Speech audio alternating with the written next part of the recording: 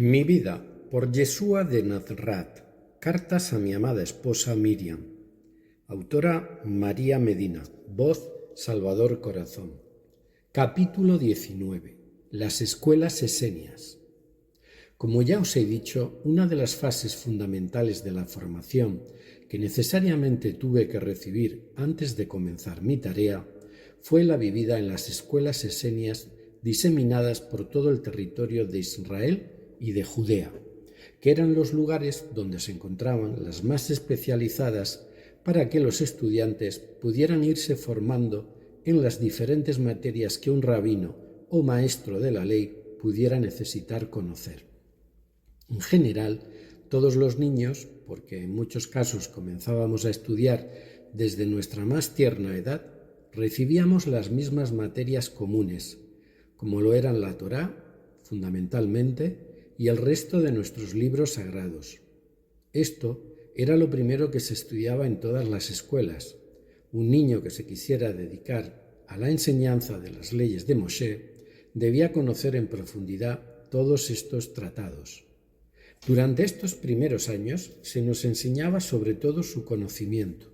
Después íbamos recibiendo otras clases de formaciones de diferentes clases, como eran los idiomas utilizados en nuestro tiempo, tanto los populares como los más cultos, así como filosofía, historia, matemáticas, geometría, medicina o alguna otra que los alumnos necesitasen para complementar su formación. No todos los niños de Israel o de Judea que se formaban como doctores de la ley tenían acceso a estas escuelas, sino que eran escogidos, pertenecientes a familias adheridas al pensamiento esenio, sobre todo, y dentro de esta primera condición debían ser sometidos a una valoración por los maestros de la comunidad para saber si el niño estaba capacitado y su espíritu era digno de recibir tan alto conocimiento. Valoraban su alma, sus capacidades, la posibilidad de evolución y el aprendizaje que iban a recibir durante aquellos años estudiando con los maestros, y si eran considerados aptos, comenzaban sus primeras lecciones.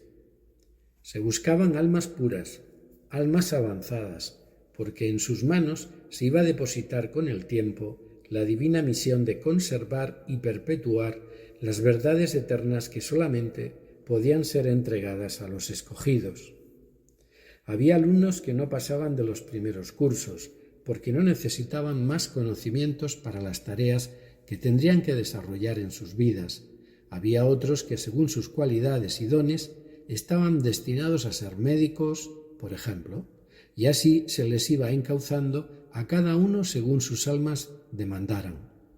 Para ello, los maestros de la comunidad sabían qué clase de enseñanza y hasta qué nivel necesitaba recibir un niño.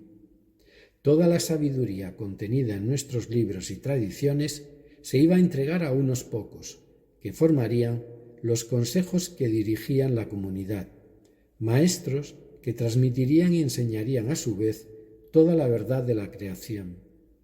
Los esenios fueron la auténtica reserva espiritual del pueblo hebreo, los auténticos poseedores de esta verdad y los que de forma más pura la custodiaron y transmitieron después a lo largo de los siglos. Yo pasé también por todas estas fases durante mi formación, en diferentes escuelas por todo el territorio de Israel primero y de Judea después.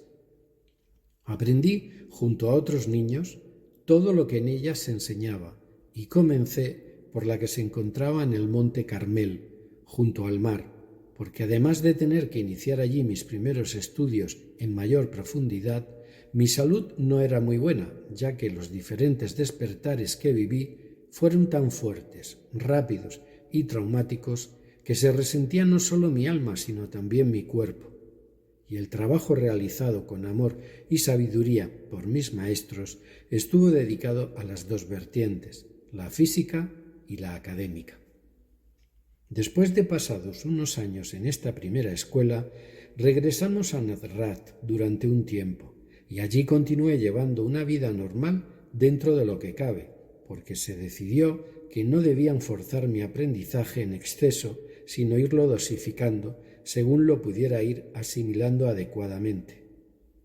Pero mi alma pedía con insistencia cada día dar un nuevo paso de avance, y al mismo tiempo que mi mente y todo mi ser fueron estando más fuertes, se decidió que ingresara en otra escuela, esta situada en el monte Tabor, donde los niños estaban más dedicados a aprender ya de manera más profunda toda la inmensa sabiduría atesorada en estos lugares.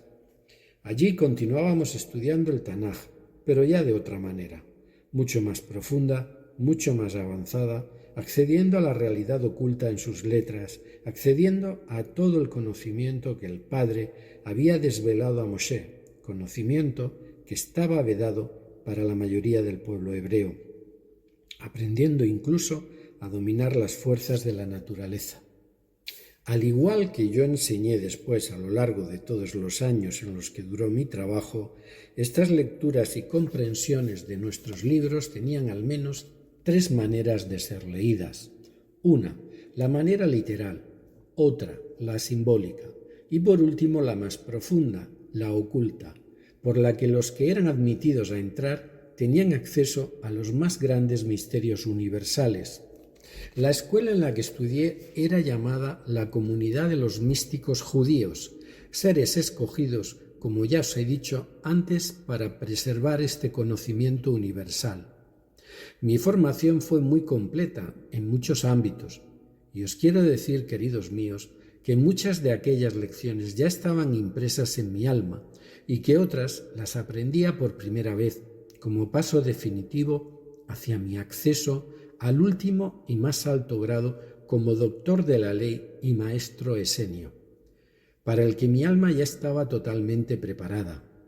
También os quiero decir que uno de los aspectos que más me gustaban, con los que más disfruté, fue la medicina y las sanaciones, porque estaban en completa identidad con mi ser y mis sentimientos. Siempre la compasión hacia los seres sufrientes, hacia los pequeños, hacia los necesitados en cualquier sentido, y siempre impulsados por el amor del que soy trabajador desde el principio de los siglos. Pasaba mis años entre estas escuelas y mi casa de Nazrat, descansando de vez en cuando de tanto esfuerzo para que mi salud no volviera a resentirse. Es cierto que llegué a conocer plenamente hasta el más elevado principio de la mística judía, llegando a dominar y dirigir fácilmente a las fuerzas de la naturaleza, algo que después manifesté durante los años de enseñanza.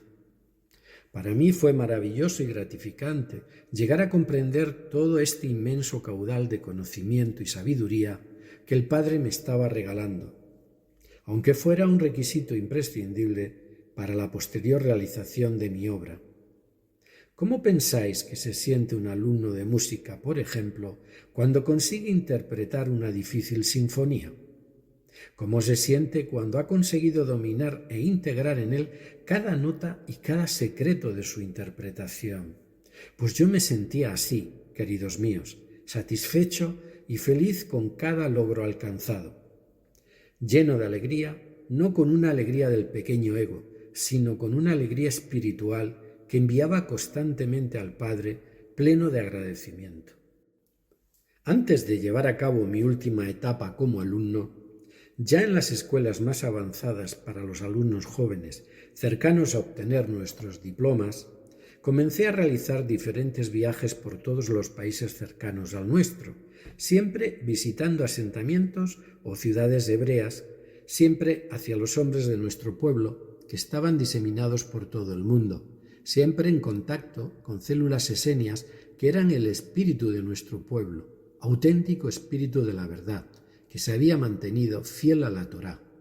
Es cierto que visité muchos países, que fueron unos años de viajero incansable, a veces caminando, a veces en barco, a veces en caravanas, pero siempre animado por el deseo de alcanzar mi objetivo de amor hacia la humanidad. En cada uno de estos desplazamientos y estancias en diferentes ciudades o pueblos, fundábamos una escuela que, aunque fuera pequeña, siempre era dirigida por los más indicados y dispuestos a trabajar. Eran pequeñas células semejantes a la gran célula de Qumran, centro de dirección, pero que tenían como misión principal difundir las mismas enseñanzas, dar las mismas ayudas, extender la misma ideología, aunque el lugar en el que fueron implantadas estuviera a miles de kilómetros de nuestra tierra. Fue necesario hacer esto para que luego la labor de mis discípulos pudiera ser llevada a cabo, labor que debía realizarse impartiendo conocimiento, impartiendo sanaciones o ayudando a todo el que necesitaba de cualquier forma ser ayudado. Fundé varias de estas escuelas y en los lugares en los que ya estaban fundadas afiancé su contacto y su unión conmigo. Pasé los 2 últimos años en Qumran, ya asistiendo a los últimos tiempos de mi formación, a punto de obtener el título de maestro en todos los sentidos. Allí coincidí con mi amado primo Yohanan, quien se graduó al mismo tiempo que yo. Alcancé un grado suficiente no solo como profesor, sino como alma, porque todas las enseñanzas que recibí de mis amados maestros esenios fueron dirigidas fundamentalmente hacia el crecimiento de mi espíritu, hacia esa capacitación que tuve para enseñar la Torá en esas 3 diferentes maneras, como fui haciendo desde que completé mi formación en la comunidad esenia. Enseñanza dirigida en primer lugar al pueblo sencillo, luego a otros más avanzados y finalmente la que siempre se os ha dicho que hice con vosotros, con mis discípulos más cercanos, la enseñanza oculta.